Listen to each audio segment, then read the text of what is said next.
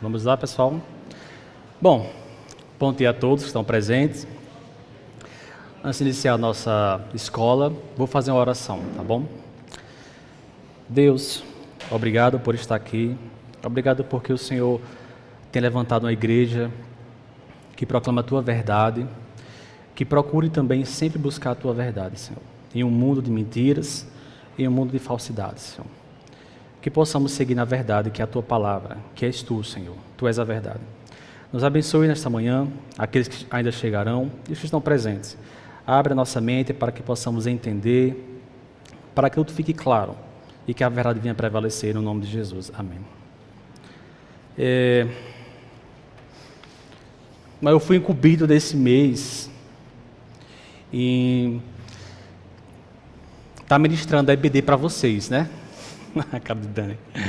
E aí, foi proposto esse livro aqui, tá certo? Acho que é Nancy Pearce, né? Dela. A busca da verdade.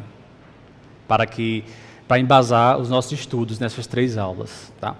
Eu li alguns capítulos, mas eu também tinha esse livro aqui, que eu também achei interessante, e eles conversavam muito bem um com o outro. Esse aqui é a busca da verdade, e esse aqui, as mentiras do nosso tempo. Inclusive, esse aqui vai ser o tema, né, dessas aulas. Esses dois vão falar sobre a verdade no mundo atual, né? Qual é a verdade que nós seguimos? O que é a verdade, né? Então, recomendação para vocês, tá bom? Esse aqui, quem me recomendou foi Zambelli. Ele é um pouco filosófico, tá certo? Eu li só um pouquinho.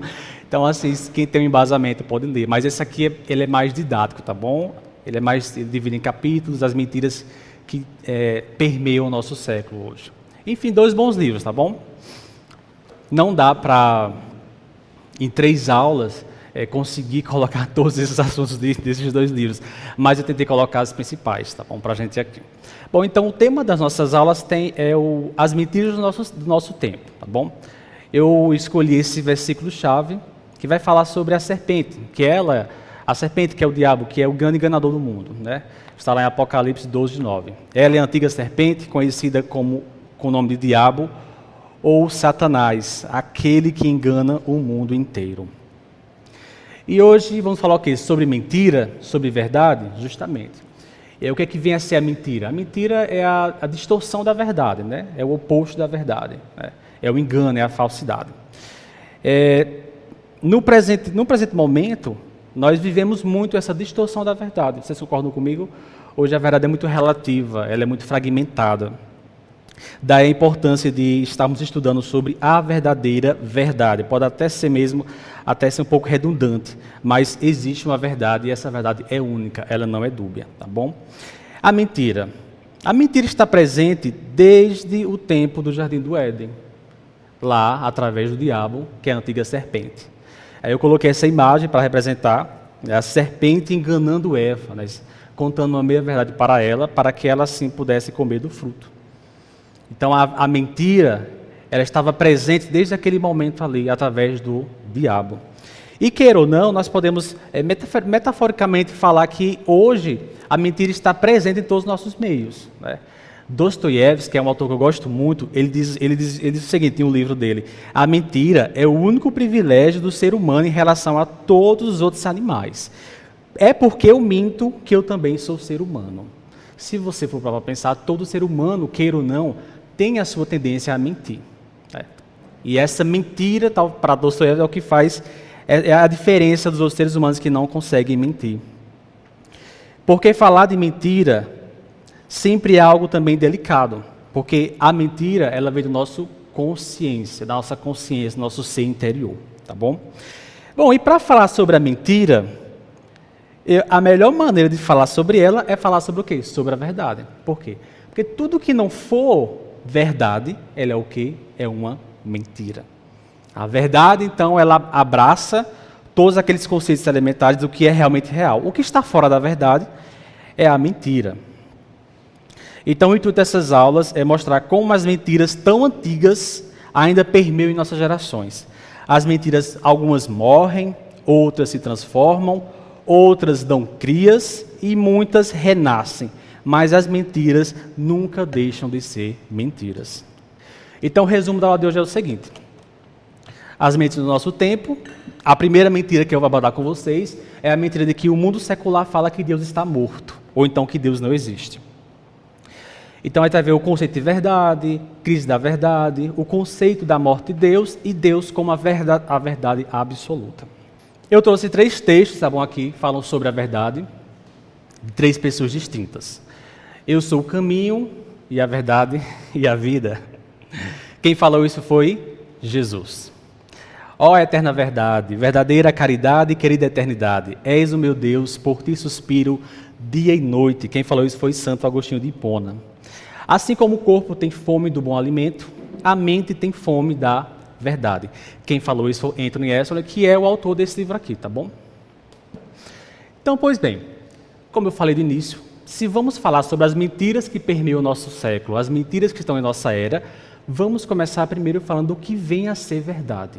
E o que é verdade? Alguém quer falar alguma coisa sobre o que é a verdade? É um conceito bem filosófico, tá bom, pessoal? O que é a verdade? O que é a verdade? Bom, como eu falei a vocês, a verdade é um conceito bastante filosófico. Eu não vou me ater a termos filosóficos, eu só vou mesmo dar uma pincelada sobre como é tratada a verdade ao longo dos séculos, né, ao longo da nossa história. A verdade é o grande objeto de estudo dos filósofos. E desde a antiguidade, os filósofos tentavam compreender o que deveria ser a verdade. Eu coloquei alguns filósofos assim, que foram, digamos, mais destacados durante todo esse tempo e que também trabalharam em cima da verdade. Esse primeiro aí que vocês veem é o Platão, tá bom? Quem aqui conhece o mito da caverna de Platão? Alguém conhece o mito da caverna de Platão? Isabelle conhece, né? O mito da caverna explica muito bem o que vem a ser a verdade. Não vou entrar em detalhes. Mas, por exemplo, esse segundo aí é o Aristóteles. Então, Platão e Aristóteles eles eram filósofos da antiguidade, chamada período clássico, tá bom? Praticamente a filosofia nasceu com eles. E eles estudavam o que deveria ser a verdade. Eles achavam que a verdade estava no mundo das ideias, que havia um mundo perfeito e que esse mundo é que continha a verdade. Eles achavam que esse mundo aqui, que é o mundo físico, né, que é o mundo que nós experimentamos ele, é um mundo de sombras, é apenas um reflexo da verdade, mas não a verdade em si. Tá? Pulamos para outra fase, para outra era, que é a era medieval. E nós temos a era medieval, nós temos o grande apogeu da união da filosofia com a teologia. Então eu coloquei 2 grandes destaques, que foi o Agostinho, o Santo Agostinho, e o São Tomás de Aquino. Inclusive, Tomás de Aquino foi até comentado aqui naquela reunião com o Sacha, né? Quem estava aqui com o Sacha, né? Naquela reunião dos homens, teve um visitante que questionou ele sobre Agostinho, sobre como é que seria usar a intelectualidade com a fé. Bom, esses foram os 2 nomes que se destacaram na filosofia medieval, e aí nós temos uma diferença.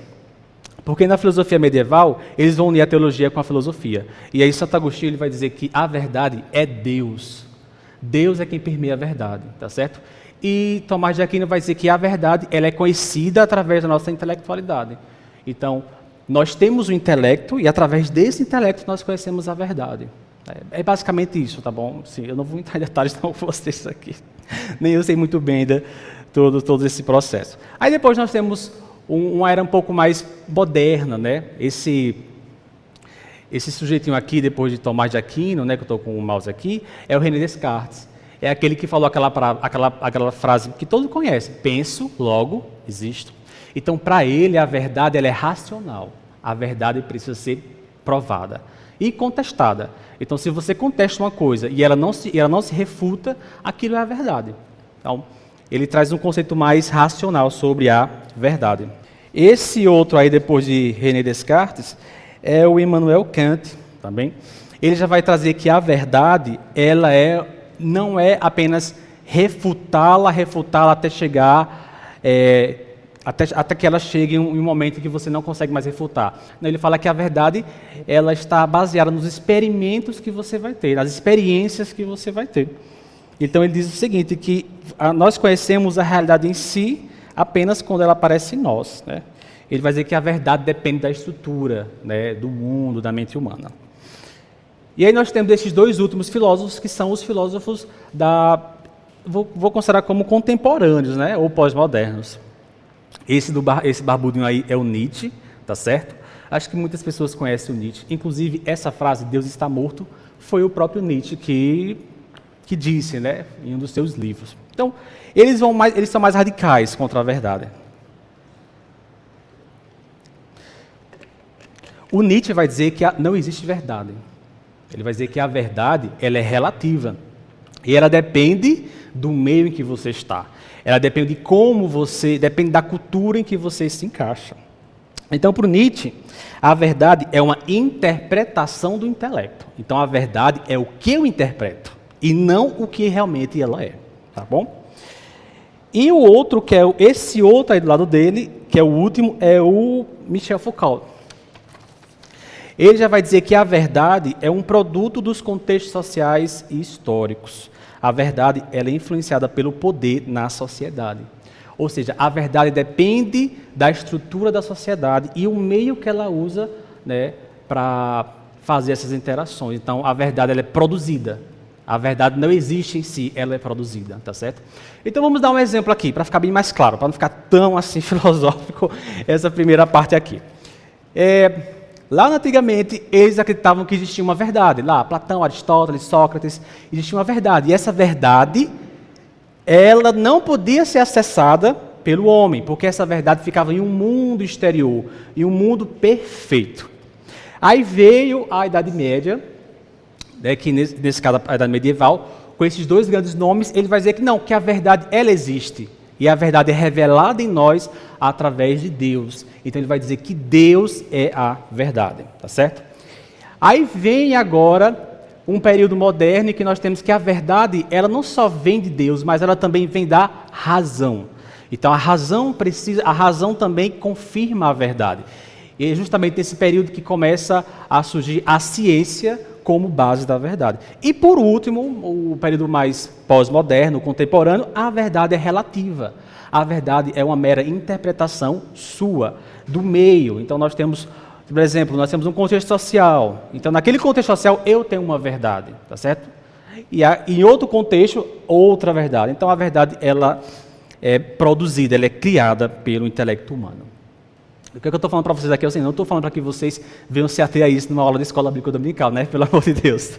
O que eu quero mostrar para vocês é o seguinte, vocês percebem que como o conceito de verdade foi se esticando, foi se estressando no decorrer dos séculos, nós chegamos de uma verdade que era abstrata, passamos por uma verdade que era absoluta, que era Deus, e nós fomos então esticando essa verdade ao ponto que a verdade começou a ser o quê? Fragmentada.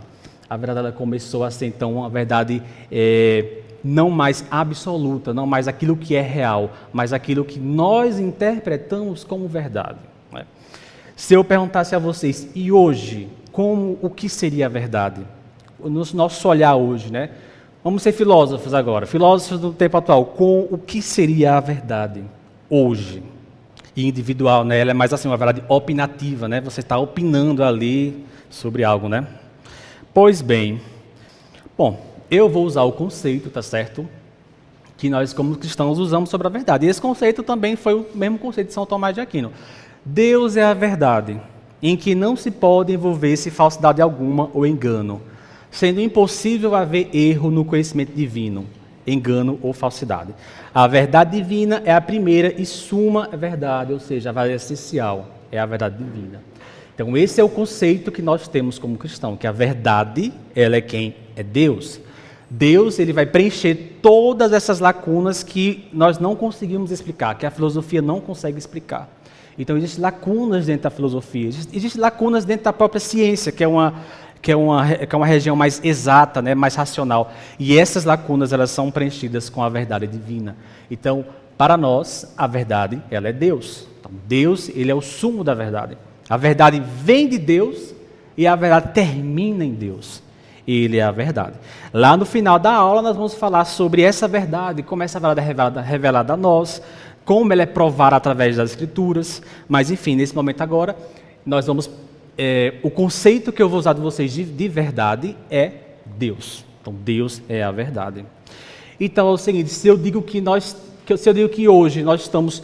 e uma verdade que está, digamos, fragmentada, uma verdade que não é mais objetiva, uma verdade que não tem mais referencial, uma verdade que é individualizada, nós podemos dizer que nós vivemos uma crise da verdade. E quando eu digo que Deus é a verdade, Se eu tenho uma crise da verdade, eu tenho uma crise em quem? Em Deus. Então, se o mundo passa por uma crise da verdade, é porque o mundo está passando por uma crise em Deus, em saber se Deus é real ou não, em saber se aquele Deus é ou não verdadeiro, em saber se todos os deuses são verdadeiros. Então, a crise da verdade, ela tem uma origem aonde? Na crise de Deus. E é por isso que o autor vai trazer esse primeiro tópico, que a grande primeira mentira que nós temos no nosso século, e que na verdade não é só desse século, é a ideia de que Deus está morto, a ideia de que Deus não existe. Por isso, o fenômeno da morte de Deus, que não se reduz apenas à secularização da sociedade, à perda da fé, à neutralização da formação religiosa e à progressiva diminuição da força normativa da religião, da vida moral e social, significa, sobretudo, a crise da verdade. Então, nós vamos estudar no decorrer dessas aulas que essa primeira mentira, essa primeira crise, na verdade, ela vai desencadear várias crises, né? A crise na moral, a crise nos costumes, a crise dentro da sociedade, a crise sobre o que é belo e o que é feio, a crise sobre gêneros. Todas essas mentiras, elas partem de uma só, a mentira de que Deus não é a verdade. Tudo bem por aqui? Ok. Aí eu pergunto a vocês, eu quero que vocês observem essas imagens, eu quero que vocês me respondam. Nós vivemos em uma crise da verdade. Eu queria que vocês observassem todas as imagens, que vocês pudessem assim dizer que sim, e até pudessem usar uma imagem dessa. Nós vivemos em uma crise da verdade. Estamos ainda sempre... Talvez estamos numa escala muito maior, né? Assim, algo que realmente assim, que está beirando ao absurdo, né? Isso, o que é real e o que não é real. Mais alguém quer falar, observando essas imagens? Não? Vamos lá, tá certo? Olha só. Eu coloquei algumas imagens mais atuais sobre algumas crises, né, que estão acontecendo dentro da sociedade.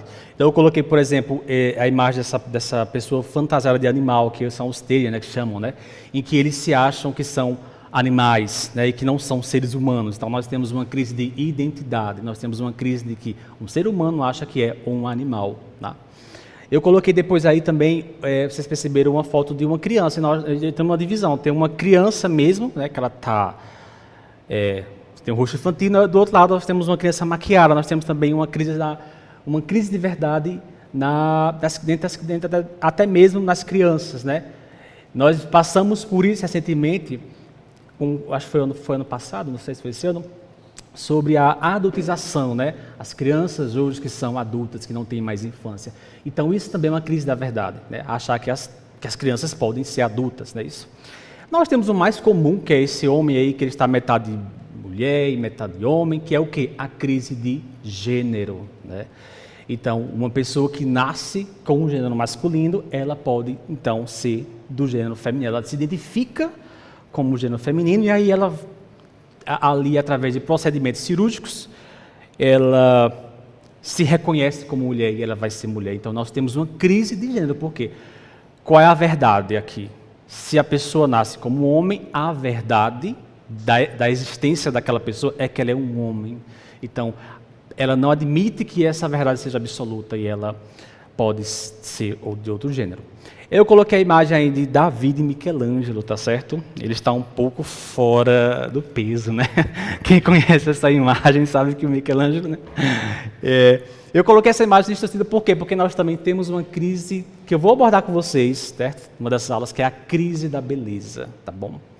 O que acontece? Quando nós hoje temos uma crise no campo estético, a beleza agora passou a ser relativa. Tá? E vocês vão perceber isso nas artes, na arquitetura, no modo que falamos, no que escutamos, nas músicas, nós percebemos que não é só o nosso gosto que está ruim. Na verdade, a beleza hoje, ela deixou de ser algo contemplativo, de ser algo que existe realmente. Então a beleza passa a ser relativa. Eu coloquei essa estátua deformada justamente por isso. Eu coloquei também aqui a imagem de várias religiões juntas aqui, simbolizando o quê? O ecumenismo. Né? Há também uma crise na fé. Por quê? Porque hoje nós vivemos essa era, digamos, do ecumenismo, né? Que todas as religiões são importantes, em que todas as religiões, cada uma traz uma verdade. Né? Cada uma traz uma verdade.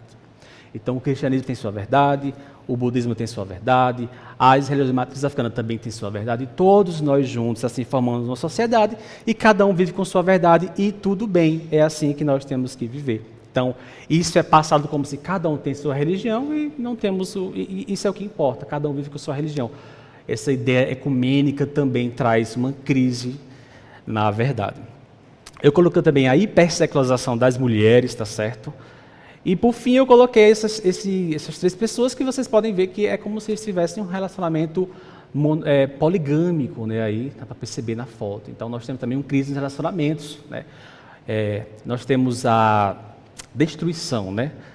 De grandes tradições como o casamento, tá certo? Principalmente o casamento, com o poliamor, com a poligamia. Então, nós vivemos realmente uma crise da verdade, né? Como o Robson falou, claro, essa crise ela nunca acabou. Por quê? Porque a mentira ainda permanece em nosso meio. Mas eu entendo que nós estamos, digamos, essa crise ela está mais intensa, ela está numa escala muito maior. E ela está tão difundida entre nós que, por incrível que pareça, a própria igreja às vezes não consegue ver essa crise, e muito pior, a própria igreja está se amoldando a essas inverdades. Isso. Eu acho que também a internet, né, o acesso que você tem às informações também facilita isso, né? Por isso que está nessa escala. O que você falou também é importante, porque você falou questão de conta-gota, realmente. Essas influências, elas vêm em doses assim, homeopáticas, então assim, a sociedade vai aos poucos digerindo isso, normalizando. Talvez se fosse escancarar, digamos isso, há 10 anos atrás, não desse certo, né? Você fosse vomitar aquilo ali, mas você vai alimentando a sociedade, alimentando o nosso imaginário, as nossas ideias aos poucos. Então, é um filme que tem só uma pequena cena, é uma conversa, é uma mensagem, é uma foto, tá bom? É um livro que você lê. Então, aos poucos, essas ideias elas vão se difundindo. Olha só, aqueles filósofos que eu falei, Nietzsche, Foucault, eles já morreram, eles não estão mais aqui, mas as suas ideias permanecem entre nós. Por quê? Porque ideias não morrem. Pessoas morrem, mas ideias não morrem. As ideias vão continuar ainda permeando, e aí elas, aos poucos, vão solapando ali a sociedade até o ponto de chegar a dizer, não, isso aqui é o normal. Ou seja, será que daqui, digamos, a 50 anos, pensem bem, daqui a 50 anos, vamos dizer que nossos netos ou bisnetos, né? Será que eles vão olhar para nós e vão dizer, nossa, como Eduardo era careta, porque dizia que isso era pecado e não poderia existir. Nossa, como é que eles viviam nessa sociedade que acontecia isso? Então, como é que eles chegaram a esse ponto, né? Aos poucos, tá bom? Nós que somos cristãos, que conhecemos a verdade, nós precisamos ter essa sensibilidade, né? Eu, quando estou assistindo filme com minha esposa lá, ela até acha ruim, porque eu fico lembrando assim, olha, tá vendo isso aí? Por exemplo, tem os filmes de hoje, né? São filmes que trazem muito o protagonismo feminino. E tem coisas assim, e aí eu falo, ó, tá vendo essa mulher aí? Eu tenho certeza, ela vai fazer tudo. Ela vai matar, ela vai destruir, ela vai sair invicta, nenhum tiro vai pegar nela, tal, ela vai ser a melhor. E dito e feito, e ela começa a gritar, mas é verdade. As ideias elas vão se definir dessa forma. Nós temos que ter uma sensibilidade, como você falou, para perceber isso, né, para explicar aos nossos filhos, porque nós já temos uma certa maturidade, né? Nós temos que explicar aos nossos filhos. São os nossos filhos que vão estar recebendo essas informações, e eles estão aprendendo ainda a conhecer o que vem a ser a verdade. Bom, Deus está morto, tá bom? O que é que vem a ser esse conceito aqui de Deus está morto, tá? A verdade hoje, ela depende de um contexto, da cultura, da linguagem e do ponto de vista. Ela é subjetiva, como eu falei a vocês. Ela é fragmentada, a verdade é algorítmica, ela é rápida, ela é superficial, como eu falei também a vocês. E nós estamos vivendo, sim, uma crise mais alta da verdade, né? É uma crise em que realmente o mundo questiona a existência ou não de um Deus. Então, Deus está morto. O que significa dizer que Deus está morto? Lá o salmista fala lá que diz o insensato no seu coração, não há Deus. Tá? O que significa dizer que Deus está morto? Não significa dizer que Deus realmente não existe em si. Tá? Essa frase ela vai dizer o seguinte, se Deus está morto, então todas as relações que nós temos com a sociedade também está morta. É como se você quebrasse, se você derrubasse a base de qualquer sociedade. Tá? Então, por exemplo, aquele autor que eu falei a vocês, o Dostoiévski, que eu gosto muito dele, ele vai falar que se Deus não existe, tudo é possível. Ou seja, se Deus não existe em uma sociedade, não existe moral naquela sociedade. Então, as pessoas vão se matar umas às outras, vai haver incesto, né? Vai haver casos até mesmo mais cruéis. Por quê? Porque para a sociedade, quando ela foi construída no decorrer do ano, a sua estrutura ela foi cimentada em cima do conceito de que Deus é a verdade. Se você destrói que Deus não é a verdade, então você está praticamente destruindo também toda a estrutura que tem essa sociedade. Então, quando ele fala que Deus está morto, ele está falando o seguinte, que a sociedade hoje não precisa mais de Deus. A sociedade precisa de um governo. A sociedade precisa que eu seja rico. Nós estamos tirando essa nossa dependência de Deus, tá certo? Deixando de lado para colocar outras coisas em seu lugar. Esse é o conceito desta frase em que Deus está morto. E essa frase, Deus está morto, eu vou destacar 2 grupos, tá bom? O ateísmo, né, e o cristianismo cultural. Eu vou enfatizar mais esse último, o cristianismo cultural, que eu acho mais interessante para a gente. O ateísmo, né? Vocês sabem muito bem que grande parte da Europa hoje é ateia, né? A Europa, que foi o berço, né, do cristianismo, grande parte hoje da sua população é ateia, tá bom? E o que significa o ateísmo? O ateísmo, na verdade, é a ausência da crença na existência de divindades, né? Não crê em nada, apenas no ser humano. Caracteriza pela falta de fé religiosa e frequentemente fundamenta suas verdades na racionalidade e em evidências científicas, tá? Todo mundo sabe o que é um ateu, né? Acho que está bem claro aqui. Alguém conhece algum ateu que se diga ateu, né? Não jovem, porque assim, existe uma fase dos jovens, os jovens que estão aqui, existe uma fase dos jovens que os jovens parece que eles querem ser ateu, que eles não acreditam em nada, não acreditam em fé, em nada disso, né? A juventude tem dessas exasperações da alma, né, em querer conseguir algo aí desta lá da sua fé. Mas no dia a dia é difícil você encontrar um ateu no Brasil, né? Apesar de que no Brasil eu acho que apenas 8%, eu olhei aqui nesse instante, 8% da população é ateia, então é um número muito pequeno de ateus. Mas lá fora não, lá fora realmente o número é muito maior de ateus. Para os ateus não existe Deus, tá? Então a sociedade ela não precisa de Deus, tá bom? Para poder ser estruturada, para poder permanecer viva. Então o ateu ele não tem a fé, a religião como seu norte, tá bom? E eu também coloquei algumas ramificações do ateísmo que eu achei bem interessante falar sobre isso aqui, tá bom? Nós temos os ateus que são agnósticos. O que é agnóstico? É aquele que acredita que existe algo sobrenatural sobre o mundo, mas para ele é algo que a mente humana não vai conseguir nunca compreender. São os agnósticos. Que está na moda, tá, pessoal? Hoje está na moda. Qual é a sua razão? Eu sou agnóstico. Pode ver. O agnóstico, ele acredita que existe algo sobrenatural, uma entidade, mas ele disse que nós, seres humanos, nunca vamos saber quem é essa entidade. Para ele, essa entidade criou o mundo e nos largou. Tome, agora é com vocês. Isso, exatamente. Não, eles acreditam que existe, mas eles não se importam com ele. Tá? Sim, também é. Mas assim, estou falando do agnosticismo, né? Porque o gnóstico é aquele que acredita, né, que existe. O agnóstico, ele sabe, pode acreditar, mas para ele pouco importa aquilo ali, tá? É como se o mundo é eu e você e cada um que se vire. Nós também temos aqueles sem religião, que é aqueles que não professam nenhuma religião, tá bom? E nós temos também hoje um novo tipo de ateísmo, que é o mais comum, que é o ateísmo que são os críticos aos cristianismos. Entenda uma coisa, os ateus hoje eles passaram agora a não ser apenas pessoas que não acreditam em nenhuma divindade, eles agora passaram a ser pessoas que criticam o cristianismo. Então você vai ver muito no YouTube ateus, que a única coisa que eles sabem fazer é o quê? É criticar o cristianismo. Então eles vão tentar refutar o cristianismo, eles vão tentar colocar a nossa fé em dúvida. É uma nova ramificação do ateísmo, são aqueles que, para eles, o que importa é destruir a fé cristã, tá certo? Para eles são opositores ao cristianismo. Só quis passar para vocês isso aí, mas eu quero me deter mais nesse outro aqui, que é o cristianismo cultural. Alguém já ouviu falar sobre esse termo, cristianismo cultural?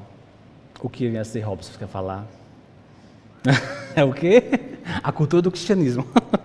O que é que vem a ser o cristianismo cultural? O cristianismo cultural, ou cristão nominal, refere-se...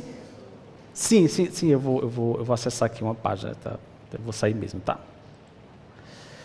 Ele se refere-se a quê? Olha só.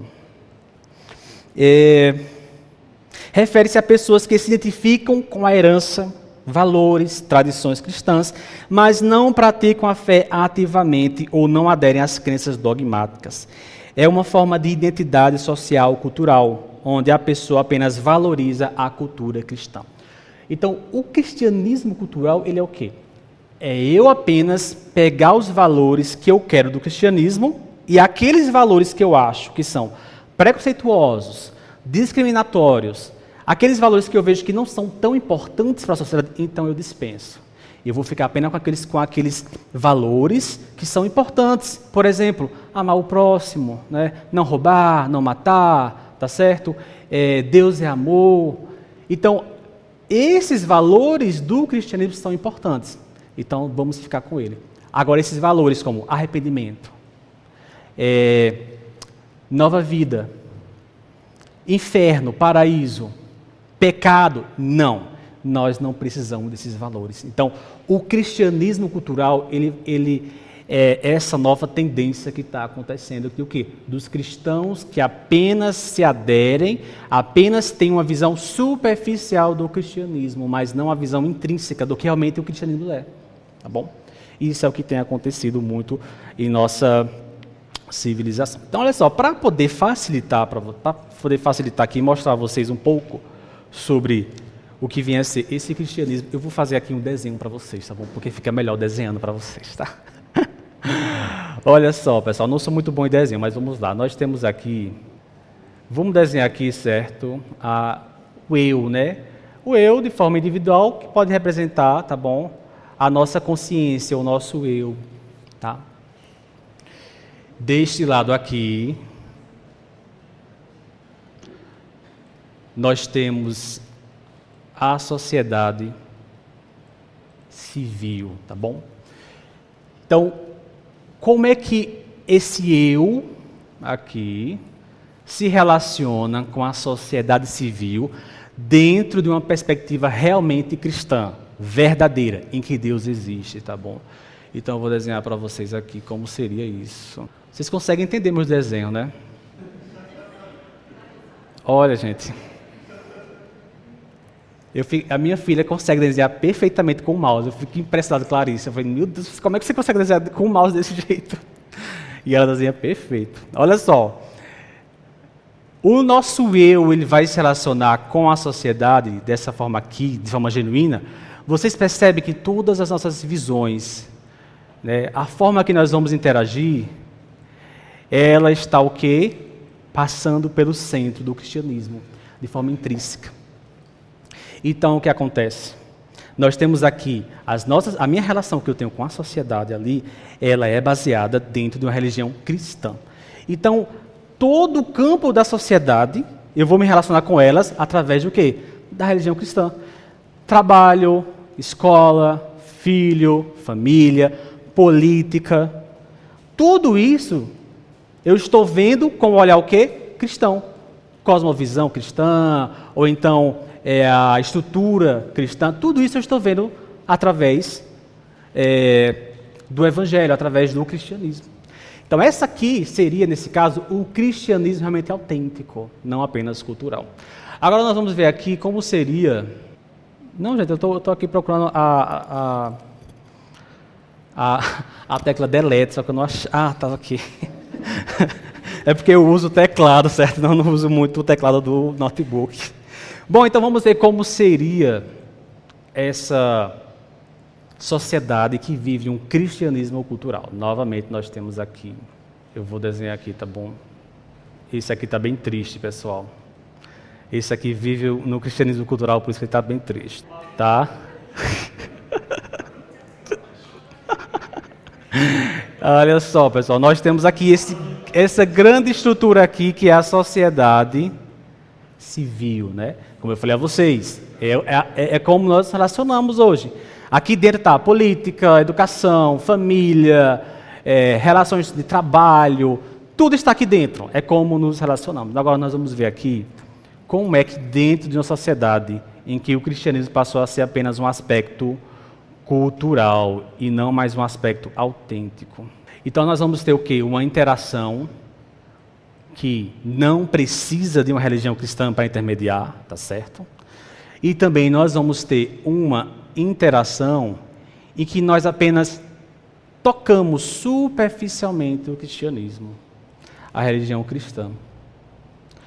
Vocês conseguem entender aqui que esse tipo de interação que o eu tem com a sociedade civil, ela é independente de quem? Da religião cristã. Isso acontece muito isso hoje na política, tá bom?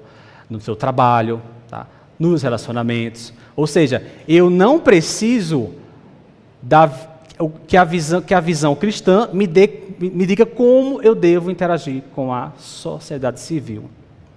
E às vezes também eu preciso, mas eu preciso só apenas tocar um pouco dessa visão cristã. Como eu falei a vocês, eu preciso apenas dos valores principais, como não matar, amar o próximo, Deus é amor, Deus ama a todos, e tudo está lindo e maravilhoso. Eu não preciso realmente conhecer o intrínseco, o que está aqui no interior, o que realmente é verdadeiro e autêntico dentro de uma religião cristã. Então, esse tipo de quadro que eu dizia a vocês é o cristianismo cultural.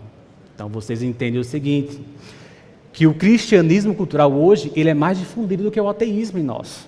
Ok? Mais difundido do que o ateísmo. Vamos dar exemplo do cristianismo cultural em nosso meio hoje aqui. Alguém tem algum exemplo? Tenho vários. Política. Nós podemos ver isso na política hoje, né? Em escolher um candidato A, candidato B. Então, aquele candidato, ele tem mais pontos em comuns com o cristianismo, ele não é totalmente cristão, mas tem pontos mais em comuns, então talvez seja melhor para nós. Ou o próprio candidato também, tá? Vamos também usar outra forma do cristianismo cultural, que eu já falei aqui para vocês no ABD. Por exemplo, a população brasileira, ela é majoritariamente o que? Cristã. Se você somar católicos e protestantes, olha só aqui, 2022, some católicos, que são 56%, some evangélicos, que são 26%, nós temos mais de 80% da população brasileira, o que? Cristã. Feijão com arroz, sem estar distinguindo questão de igreja ou não. São cristãos. E aí nós temos muitos entraves políticos com relação a leis que são determinadas, né, dentro do nosso país, como, por exemplo, o aborto. Por que será que o aborto é tão debatido e até pode chegar a ser aprovado em uma sociedade que é majoritariamente cristã?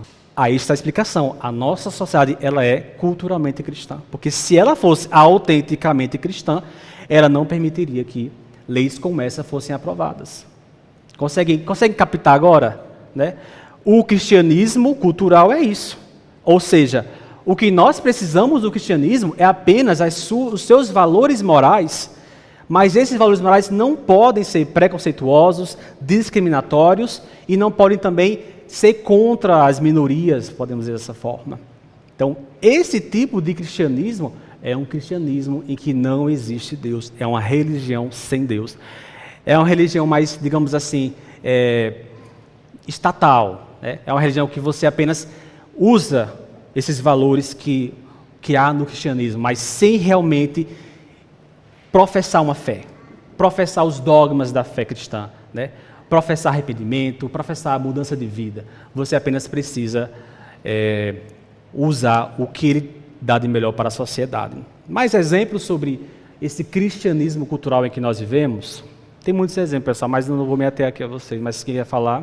E aí você também percebe, por exemplo, que as datas festivas cristãs, como a Páscoa, como o Natal, elas hoje passaram a ser comemoradas de outra forma. Por quê?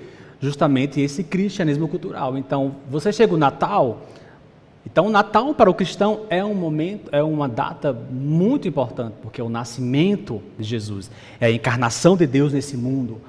Mas você percebe que para a maioria das pessoas o Natal é apenas um momento de estar ceando, trocar presentes. Nós estamos usando o feriado cristão, mas nós não estamos realmente entendendo aquela data cristã.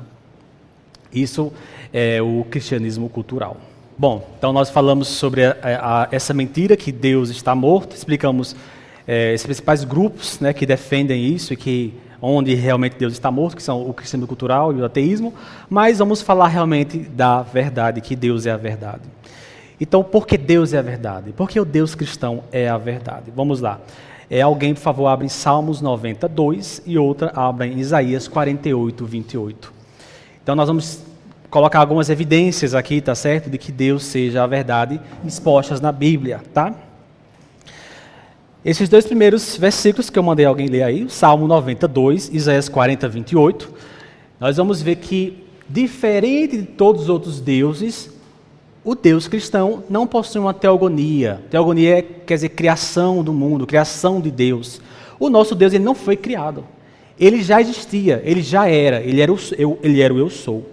Quem abriu aí, por favor, leia rapidinho, 92, Isaías 40, 28. Isso.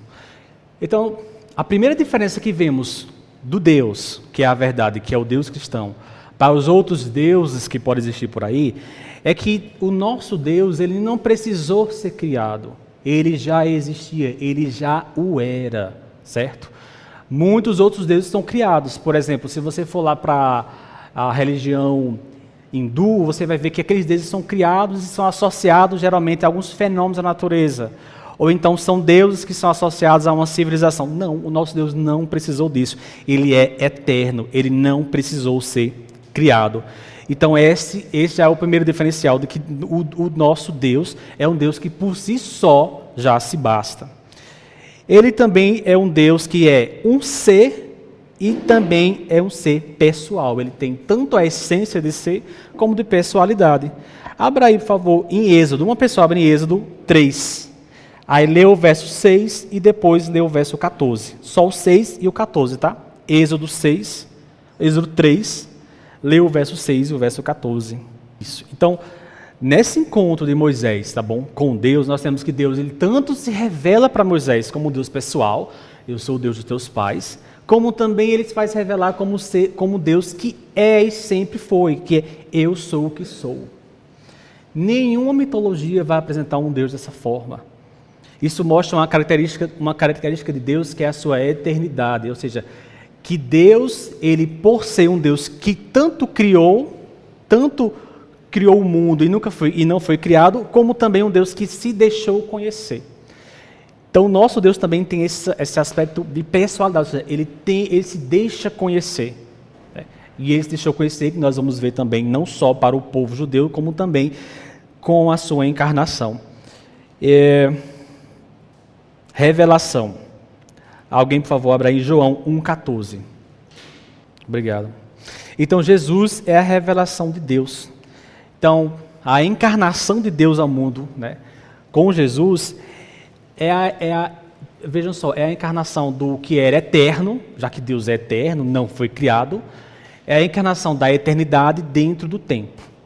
Então, Deus, ele encarna, ele dá eternidade, ele se prende ao tempo, ele se encarna no tempo através da vinda de Jesus. Então nós temos um Deus que se revela através de quem? Jesus. Então Jesus é a revelação de Deus. Né?